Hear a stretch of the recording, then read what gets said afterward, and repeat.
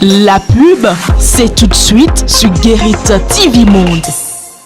Espace Ifedon à Porto Novo, il n'y a pas mieux pour accueillir vos réceptions de baptême, communion, mariage, anniversaire et même de décès. Sa salle de fête, son bar et restaurant sont à votre bourse.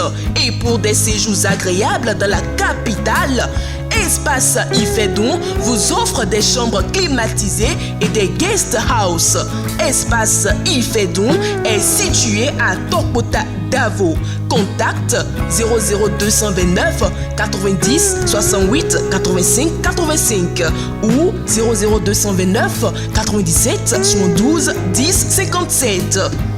Chères téléspectatrices et téléspectateurs, suivez du lundi au vendredi à 13h sur Guérit TV Monde le commentaire du jour.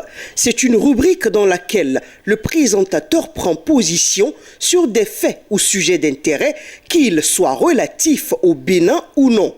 Entre dénonciation, approbation et suggestion, le commentaire du jour crée l'actualité, suscite les débats ou y contribue. Tapez www.guéritvmonde.bj pour nous suivre en direct. Guérit TV Monde, le leader des Web TV. Vous avez besoin d'un espace publicitaire pour faire connaître votre société ou vos produits? Seul Guérit TV Monde peut vous satisfaire. Pour tout renseignement, contactez le 00229 91 19 10 10. Guérit TV Monde, le leader des Web TV.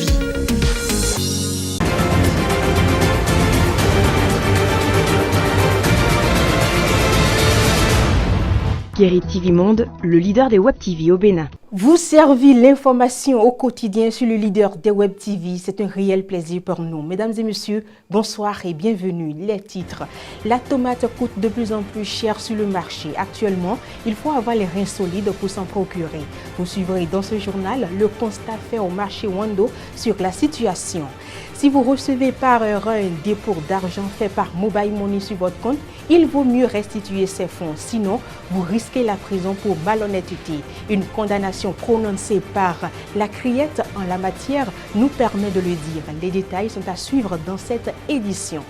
Depuis l'entrée en vigueur de la loi portant financement public des partis politiques, c'est la première fois que le parti Les Démocrates bénéficie de ce pactole, un accompagnement dont le parti bénéficie après sa participation aux élections législatives de janvier 2023.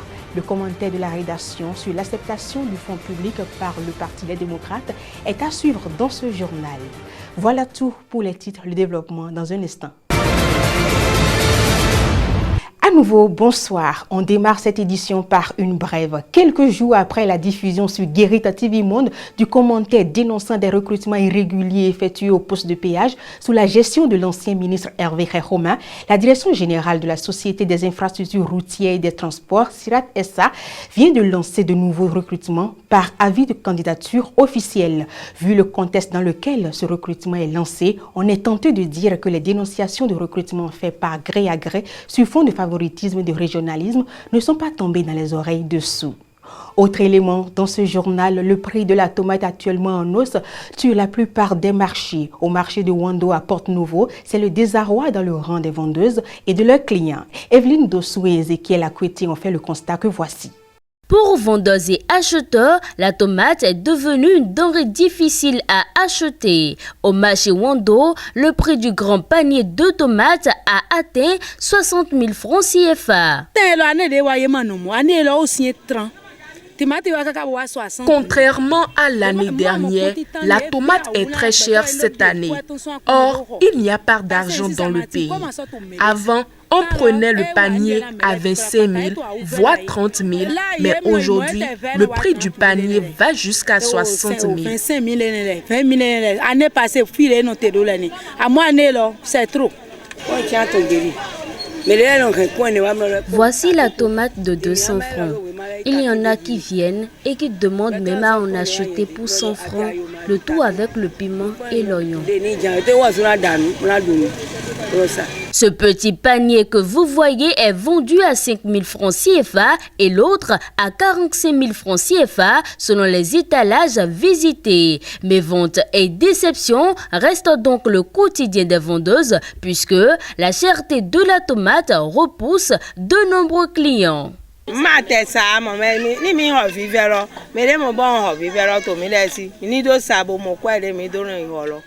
ne vend même pas.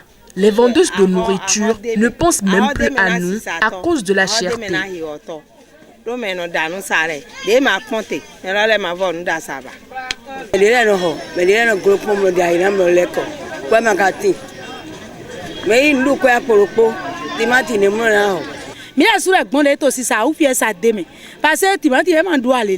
Nous rencontrons d'énormes difficultés dans l'achat des tomates sans pour autant vendre.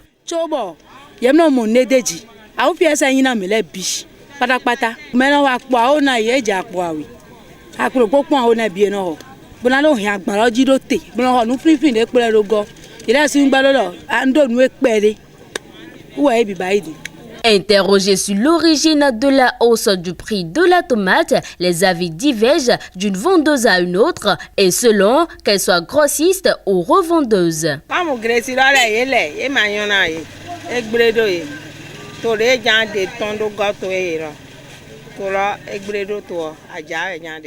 Ce n'est que le Nigeria qui nous livre la tomate à présent, d'où la cherté que nous remarquons.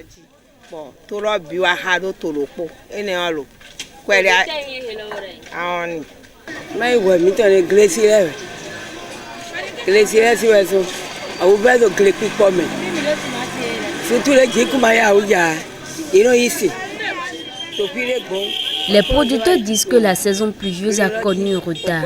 Voilà pourquoi la tomate est maintenant chère. Ce n'est pas de notre faute.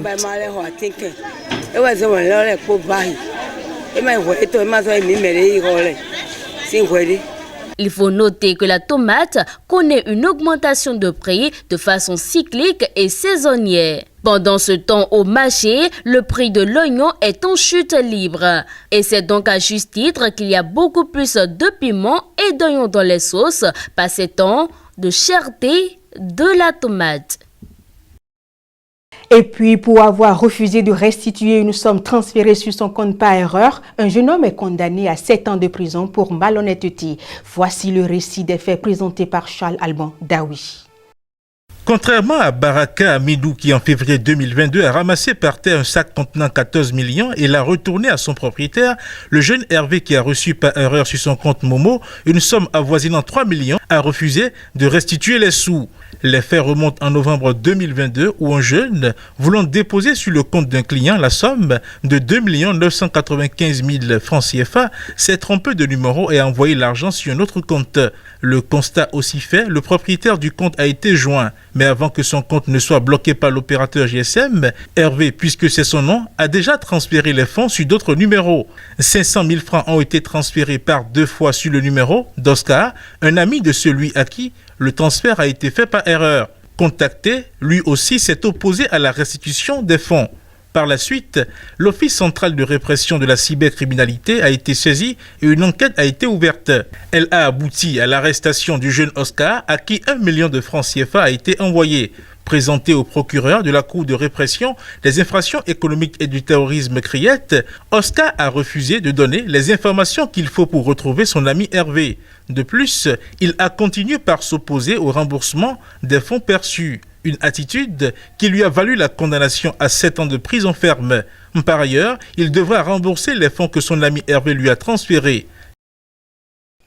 En bref, à présent, après l'accident survenu ce mercredi à Ganvidopo, dont le bilan fait état de plusieurs blessés et de morts, un autre accident mortel a été enregistré dans la matinée de ce vendredi 19 mai 2023 à Tchatchou, un arrondissement de la commune de Tchaourou. Selon les précisions données par le web média Le Potentiel, il s'agit d'un choc violent qui a fait un blessé et 2 morts.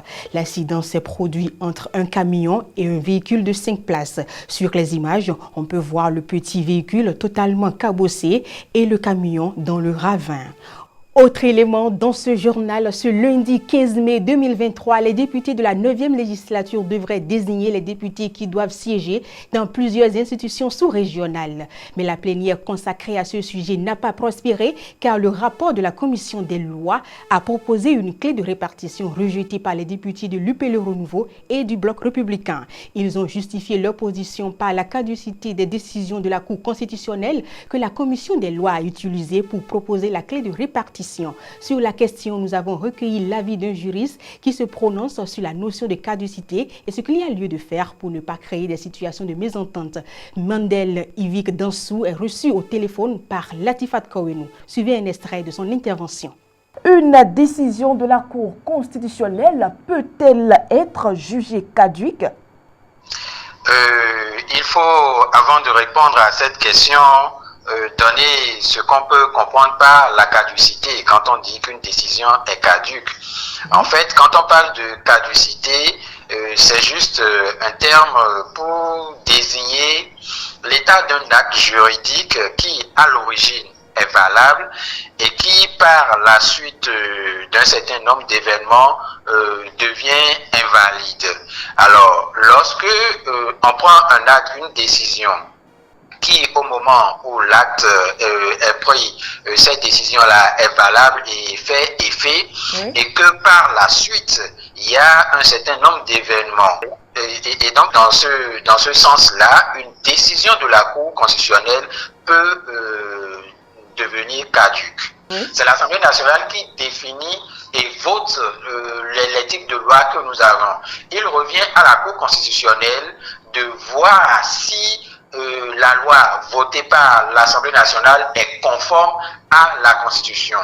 Mais lorsqu'ils estiment que la décision rendue par la Cour constitutionnelle n'est pas à même de répondre aux situations actuelles nouvelles, ils peuvent, en usant de leur prérogative de législateur, décider de revoir les textes. Et donc, si la Cour demande d'aller dans un sens et les députés estiment que ce sens-là n'est pas la meilleure, la seule chose, en fait, ce qu'ils ont à faire, c'est soit de s'entendre entre eux à l'Assemblée nationale et de suivre la décision de la Cour constitutionnelle, ou carrément de décider de revoir les textes afin de les rendre beaucoup plus explicites, beaucoup plus clairs pour ne pas aller contre ce que les sages de la Cour disent et ne pas aller contre la Constitution de notre pays.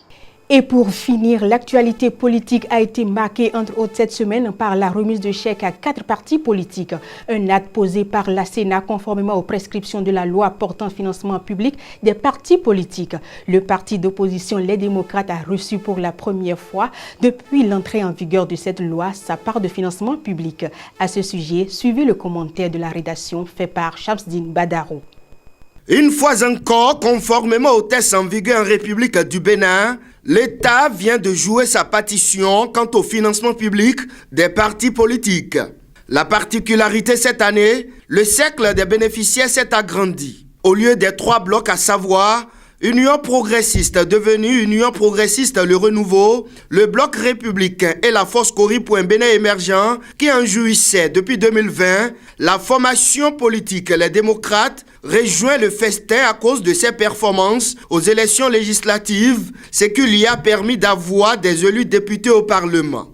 L'article 6 du chapitre 2 de la loi numéro 2019-44 du 15 novembre 2019 portant financement public des partis politiques en République du Bénin stipule, je cite, sont éligibles au bénéfice du financement public les partis politiques qui remplissent les conditions ci-après. Avoir un siège national et des bureaux départementaux, tous installés dans des locaux exclusivement destinés aux activités du parti et distincts d'un domicile ou d'un bureau privé. Justifier les ressources financières et leur utilisation. Fin de citation. En effet, si l'on doit tenir compte uniquement de cette disposition légale, presque tous les regroupements politiques nés de la réforme du système partisan de 2018 doivent être autour de la table pour recevoir les parts du montant total annuel de ce financement qui, je cite, est fixé par la loi de finances, référence à l'article 7, et que se charge de repartir la Commission électorale nationale autonome Sénat,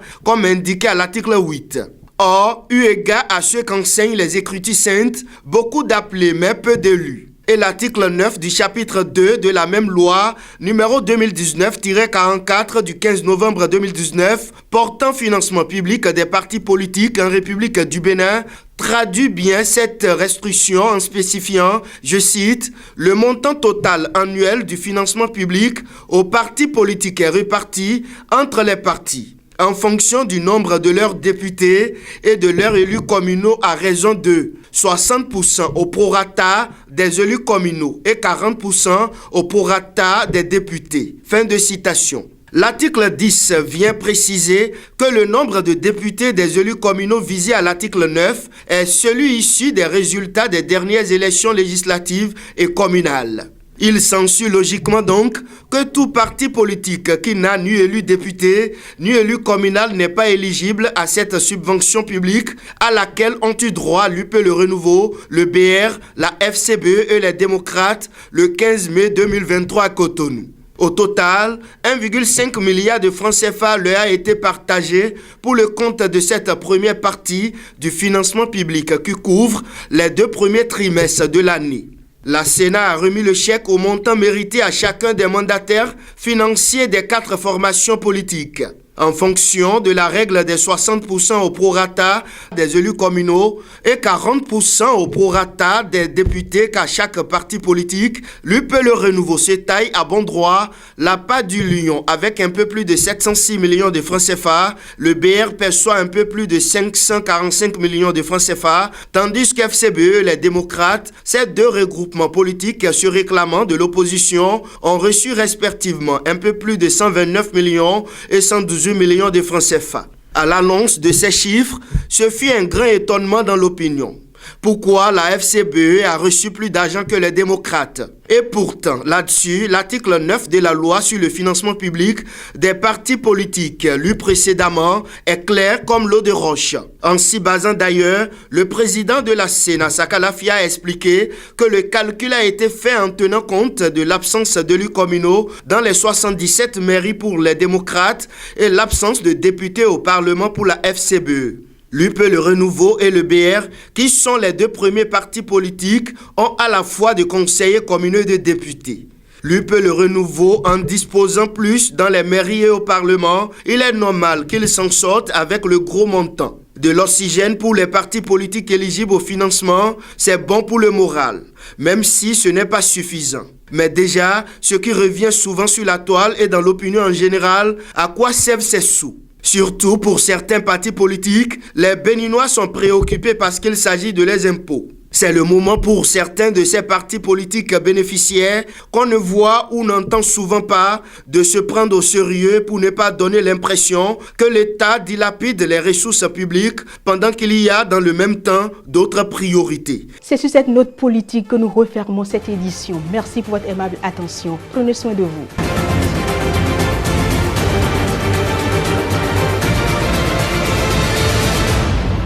Guérit TV Monde, le leader des Web TV au Bénin.